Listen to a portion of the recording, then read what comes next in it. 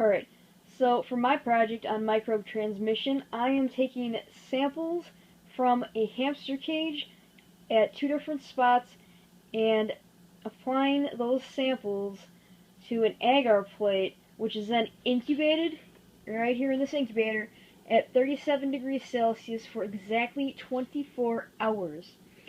So I'm not going to do it live right here because it would be hard to videotape and swab at the same time, but I will run through exactly what I'm doing to obtain these samples.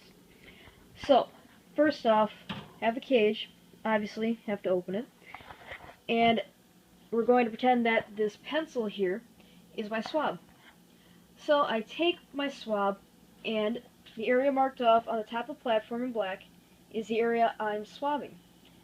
I will take my swab, wipe it once this way, rotating the swab as I do so, and I will take that swab, and by the way, it's already dampened with distilled water, so the sample on the platform is picked up better, and I will wipe it on this clean agar plate. Of course, it has to be open. So, again, pretending this is the swab, I will wipe it in 4 different directions, much more carefully in real life, and close the lid on the agar plate and flip it upside down so when I put it in said incubator, condensation doesn't form and ruin my samples.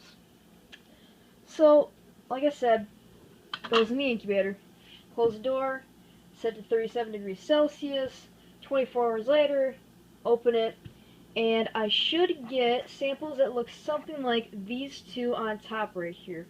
These are after the 24-hour incubation period. The first one is a sample from the wheel, and the second one, the little white spots on there, I should mention, are colonies of bacteria.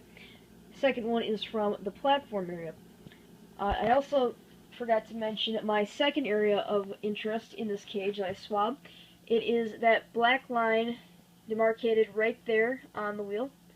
And same process, I take my swab, it's dampened with distilled water, I swab, apply to the agar plate, incubate, and 24 hours later, see what good mess of germs pop out.